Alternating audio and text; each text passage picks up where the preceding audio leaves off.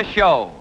I Married Joan, America's favorite comedy show, starring America's queen of comedy, Joan Davis, as Mrs. Joan Stevens.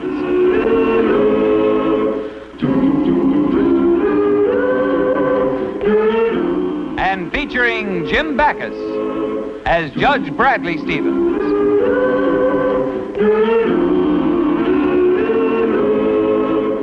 I Married Joan.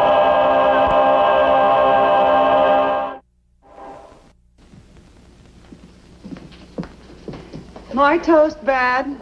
No, thank you. I'll get you some more coffee. This will do nicely, thank you. Well, how about... No, thank you. Brad, you haven't said a pleasant word to me all morning. If you'll only... If you don't mind, I would rather not discuss it. Brad, I'm sorry. I promise I'll never do it again. Never. Well... Oh, Brad, darling, please say that you'll forgive me. Will you give me your word you'll never do it again? My solemn word, if I live to be 1,000, honey, I'll never do it again. Oh. Brad. Yes, dear. What is it I'll never do again? I know, I'm not. I don't know what I'm apologizing for. Tell me what I did. As if you didn't know. It only happened last night. Last night? Well, let's see. Now, you came home from the office, and you were very friendly, and then I spoke to Mabel. You were still friendly, and then we had dinner. I had fried chicken. Was there something wrong with the chicken, Brad? No, it wasn't, Joan. It was much later. At Helen's house. You and that Chuck Albright. Oh, so that's it. Oh, Brad, you shouldn't be jealous of Chuck Albright. Why, he's just an old school friend. He didn't seem very old the way he kissed you. Oh, honey, you're just being silly. Chuck Albright doesn't mean a thing to me. But if you must know, there was another man at the party that I'm really crazy about. Who? You. I'm sorry, dear. I shouldn't let Chuck upset me so. Well, of course you shouldn't, Angel. You're the only man in the whole world for me. Oh, honey, I almost forgot. I have a surprise for you. A surprise? Don't tell me what it is, darling. Is it something I'm going to wear around my neck or around my wrist, or is it going to be something that No, dear. It isn't anything like that. It's, I'm taking out more life insurance.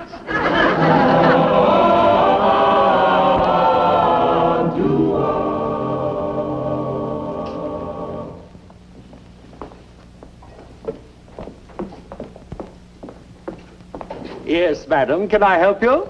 Yes, I'd like to get a nice gift for my husband. That's a lovely tie you're holding, and only $1.89. Not nearly good enough. I want something much better. My husband is Judge Stevens. Oh, Judge Stevens. The judge comes in here quite often. How about this? $2.40? Not good enough. Something better. You see, he was so nice about Chuck Albright. Of course, he is an old friend, and it was only a good night kiss. It meant nothing. But you know how some husbands would be. Of course, I will admit that Brad was a little jealous. But after all, the way Chuck carried on, it was only Please, if you don't mind, this happens to be quite personal. Oh, I'm sorry. How about a shirt, tie, and handkerchief combination? That's very smart. Oh, that's more like it. I have some other colors here. There's blue and baby pink and...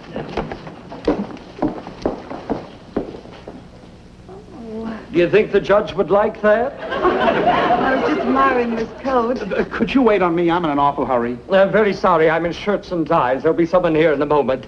Say, I have just the thing. I'll fetch it for you, Mrs. Stevens. Will you pardon me? Oh, I don't know. I hate to buy anything for my wife. It's always wrong. Well, why don't you get your wife to pick out the coat herself? Oh, I couldn't do that. This is a surprise. I'm buying her a present. Oh, I'm getting my husband a present. Oh, I've got the sweetest little wife in the world. Oh, my husband is wonderful, too. You see, I've been working nights, and she never complains.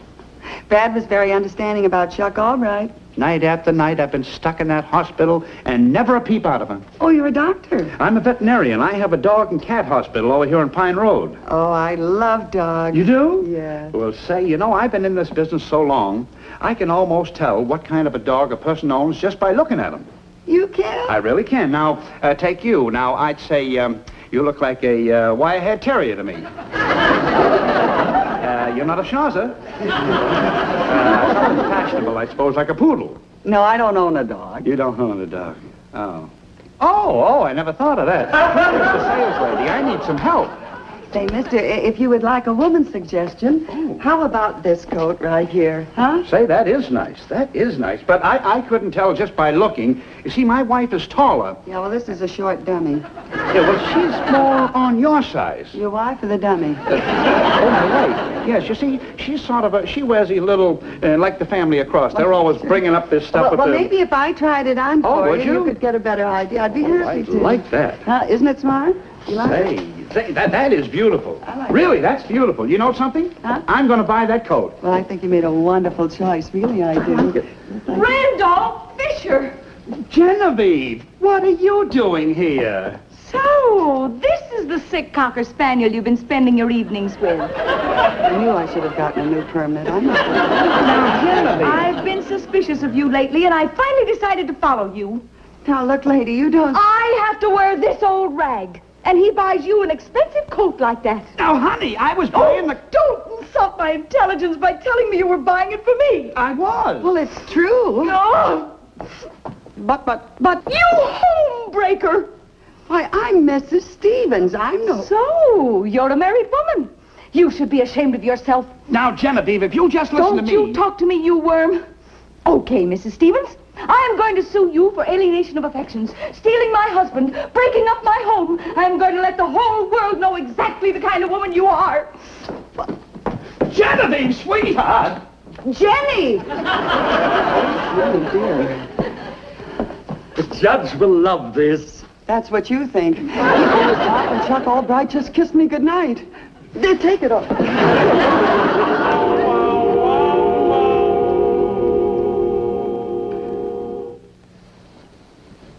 Brad? Honey, you're a judge. Tell me something. What do you know about alienation of affections? I said, what do you know about alienation of affections? Well, all I know is you're alienating my affections by not letting me read this murder mystery. Brad, please. Okay, dear. What is it? Well, honey, this woman... The what woman? A woman, what difference does it make what woman? A friend of yours? Yeah. Just as I thought. You know, dear, I get so sick and tired of people trying to chisel free legal advice. If your friend has a problem, tell her to go see a reputable lawyer. There, give me that book. Now, come on, Joan, hand it up. That's not... They're all right. Right. Okay, but I'm going to tell you who committed the murder. Oh, no. Unless you're willing to discuss my friend's problem. Absolutely not. Okay, the killer... Oh, don't. Will you discuss? But it's blackmail. No, it's alienation of affections. Proceed. Well, honey, you see, this woman, this girl, this innocent girl, childlike person was standing there with her big blue eyes, and in came this jealous wife and husband that was the biggest. John, it doesn't matter if your friend is innocent. You see, in alienation of affection cases, there's so much mudslinging that before it's over, everybody gets messed up. The husband, the wife, your friend's husband, if she has one.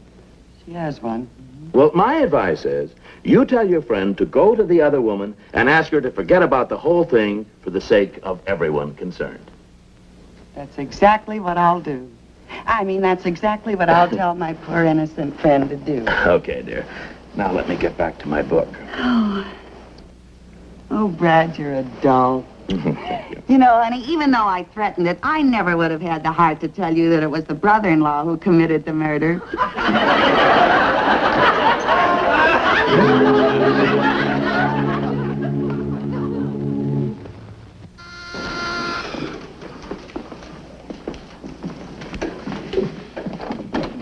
Oh, Hello? lady, what are you doing here? don't I have enough trouble without you coming to my own home? I didn't come to see you. I came to see your wife, the party whose alienations I'm affecting. My wife? Yes, where is she? She's not here. She's out shopping. Oh, well, then I'll simply have to wait for her. It's very important, and I don't want to miss everything. Lady, now listen to me. I've just spent the most miserable night of my life. I've got a Pomeranian in Pasadena with a mysterious melody. A sick cow in Van Nuys is so bad, this thing, I should be there right now with the... You should see it. I think it's dead, and my wife is all nerved up. If she ever walks in here now, she's just liable to... Look, she'll be here any minute. Come on, you got to get out of here before my wife gets home. No, I simply must talk to her. You see, it's for her own good. Why, it's only logical. If she sues me for alienation of affections, there'll be so much mudslinging that everybody's going to get messed up. See? She won't listen to you. Now, come on, get out of here. You've got to get out of here before my wife gets home, I now, tell you. please, Mr. Oh, now Fisher, listen you to have me. no idea. I've caught you two again, and this time in my own home. Mrs. Fisher, I promise you, this is the last time you'll catch me. From now on, I'll be very careful. You brazen siren. I suppose you can prove this is all innocent. That I can. And can you also say you never saw my husband before yesterday? That I can. Well, you just tell it to the judge. No, that I can't. That I can't. Maybe I could handle it this way. If I just say, Brad, do you remember that alien I told you about that was caught being affectionate with that jealous woman? And he'll say, honey, I trust you. Don't worry about that other woman. I know there's nothing to it. And I'll say, there isn't? And he'll say, nah. There, now you see how easy that was? Oh, you're right, Mabel. I'm glad now that Brad knows. I don't like to... Wait a minute. Supposing it isn't as easy as all that. Suppose Brad doesn't say, nah. Supposing he says, what? And I'll say, oh, Brad, how can you yell at me that way after all we've meant to each other? And then I'll try to come closer to him. But suppose he pushes me away. I fall to my knees. And I said, Brad, is that all our marriage means to you? Are all those happy memories just faded away?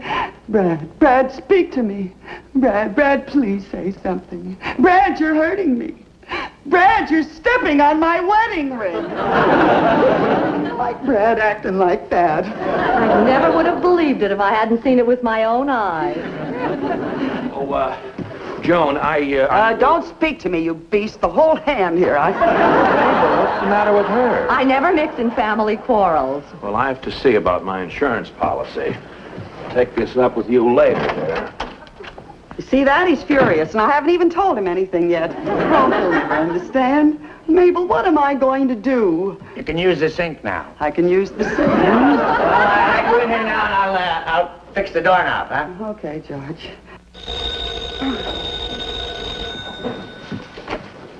Hello? Oh, hello, Dr. Fisher. You sound excited. What? At 3 o'clock? Well, I don't know. Meanwhile, keep a light burning in the kennel. I think I'm going to lose my happy home. Now, what's going to happen at 3 o'clock? Oh, Mabel, the doctor's wife is going to come over here, and she's going to spill the whole story to Brad. She's going to accuse me of stealing her husband's affections. It's 1 o'clock now. That gives me 2 hours to pack and make a reservation for South America. John, this is like the best thing that could have happened. Now what we have to do is let Mrs. Fisher see how much in love you and your husband are.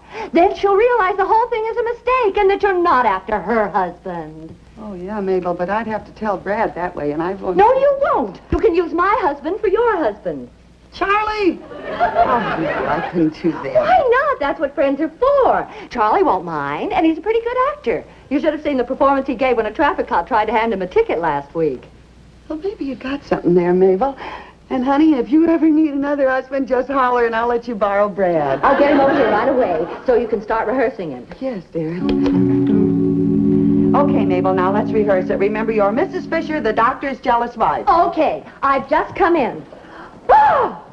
Why, Mrs. Fisher, this is a surprise. I want you to meet the only man I've ever loved, to whom I've been married for 10 years, and the reason why I would never look at another man, my husband, Judge Bradley J. Stevens. How do you do, Judge Stevens? Has your wife told you that I am suing her for alienation of affections? I know the whole story, Mrs. Fisher, and it's inconceivable that my wife could fall in love with any other man when she has me. But Judge Stevens, I saw them together twice. Merely a coincidence, I assure you.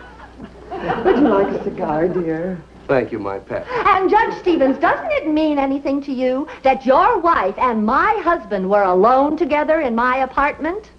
Madam, my wife is too devoted, adores me far too much for me to place any significance on anything like that. Oh, my goodness. Darling, do you realize it's been 5 minutes since you've kissed me? Sweetheart, please forgive me. I don't know what I could have been thinking of.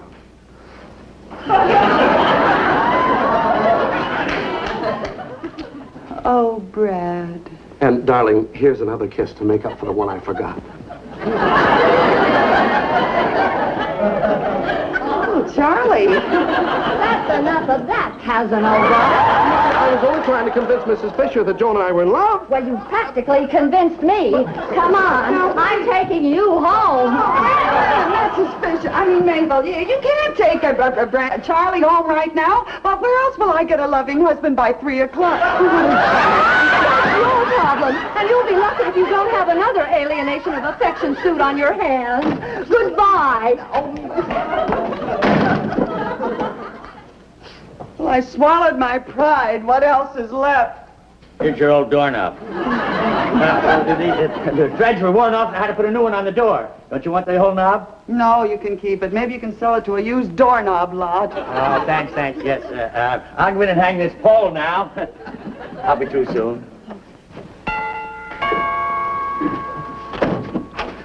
Dr. Fisher, you shouldn't come here. I don't want to keep alienating your affections. Now, look, I'm not going to stay. I just came to tell you my wife isn't waiting till 3 o'clock to come here. She's on her way now. No. Yes. Oh, and I haven't got a husband ready. Oh, doctor, am I sick? Have you got something in there for human beings? Believe me, I am not. Mrs. Stevens, that's for a horse. Oh, hello, Joni. Hello.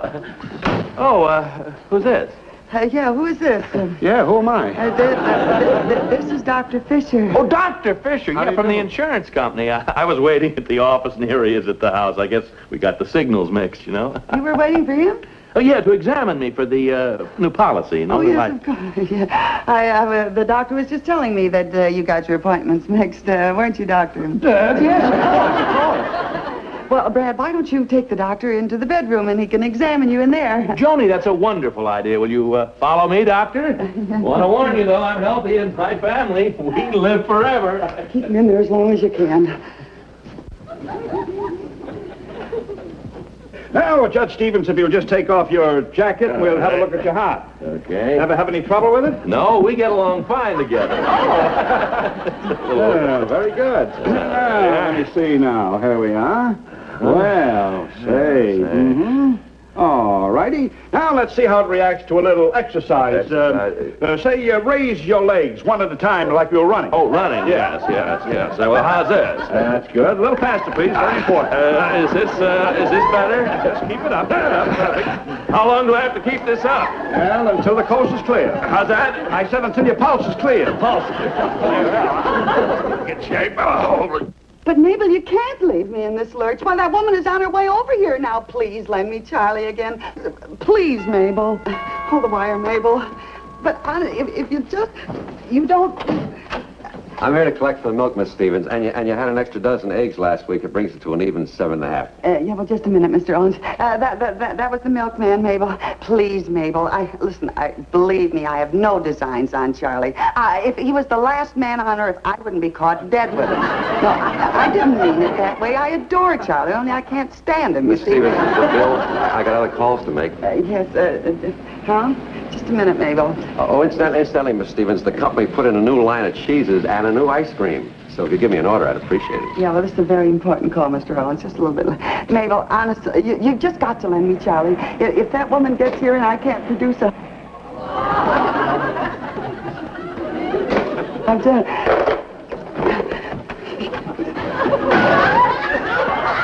Mr. Owens, you've got to be my husband a little while. Miss Stevens, I'm a married man. What'll I tell my wife? Well, you don't have to tell her anything. I just want you to pretend that you're my husband, huh? It's a big order. But I'm buying 10 pounds of your new cheese. That's a pretty big order, too. 10 pounds, huh? Look, just put on my husband's dressing gown. You won't be mine. Now, just here we are. The 10 pounds. I need it. be a nice 10 pounds. A little. Yes, just all something. 10 pounds, see? Just keep it up, Judge. Very important we get the proper reaction, you know. Just keep it up. Now remember, 20 pounds of cheese and 2 gallons of ice cream, right? Yeah, do a good job, and I'll let you throw in a crate of eggs. Mrs. Stevens, I've got to get out of here. You better get back in there and keep my husband in the bedroom. Who's this? That's my new husband. Your what? Get back at your wife. Oh! Mrs. Stevens, I came here to speak to your husband. Well, Mrs. Fisher, what a surprise. Do come in and sit down, won't you? Wow, how nice. Oh, I would like you to meet, I would like you to meet the only man that I have ever loved, to whom I have been married for 10 years, and the reason I would never look at another man, my husband, Judge Bradley J. Stevens. How do you do? I do. Yeah, well, we're not like most married couples. We're very happy together, aren't we, darling? Gallon of yogurt. Judge Stevens, are you aware of your wife's conduct recently? Oh, the judge is aware of everything. Ma, you'd have to get up very early to get ahead of him, wouldn't you, darling? I get up at 4:30 every morning. That's because we can be together longer that way, you see. Perhaps you won't be together so much when I tell him how you've been carrying on with my husband. Oh, that? Well, the judge knows that that's just a coincidence. He trusts me. Don't you, darling? Yeah, well, I do, but the company likes cash. You see, here's the way...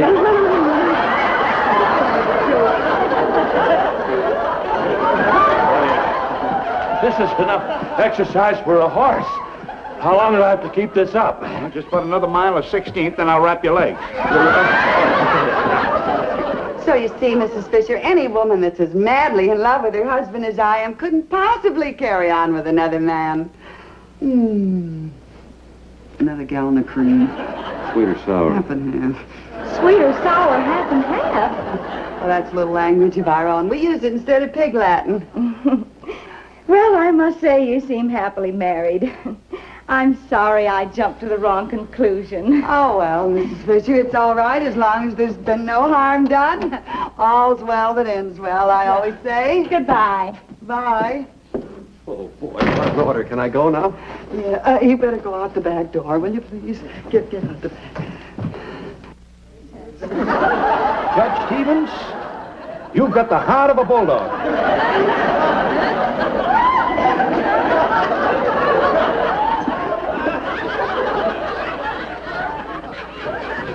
Is she gone? Yes, she's gone. And she apologized, and she's going to drop the whole thing. Oh, Mrs. Stevens, how can I ever thank you? I forgot. You've been here all the time, you unfaithful scoundrel. Both of you carrying on behind my back while I was right here in the same house with you. Mrs. Stevens, you shameless hussy. Now, listen, Mrs. Fisher, I happen to be very much in love with my husband. If he was here now... Joan, I'm certainly glad I got back in time. Is this the woman who thinks you're unfaithful to me? Madam, you are under a serious delusion. Joan and I love each other. Well, not now, Charlie. Boy, it's hot in that closet. You think you'll be needing me anymore? No, I think that did it. Personally. You female bluebeard, I'm not staying in this house another minute. Oh, Joni, where's my robe?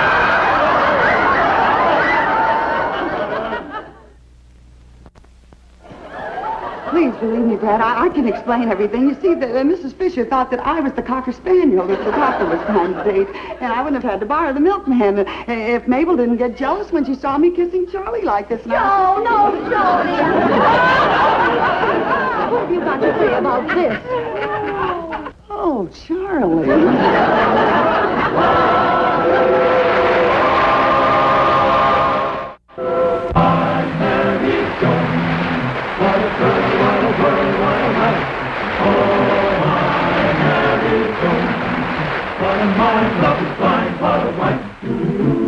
Gideon gay, all day she keeps my heart laughing, never know where her brain has gone.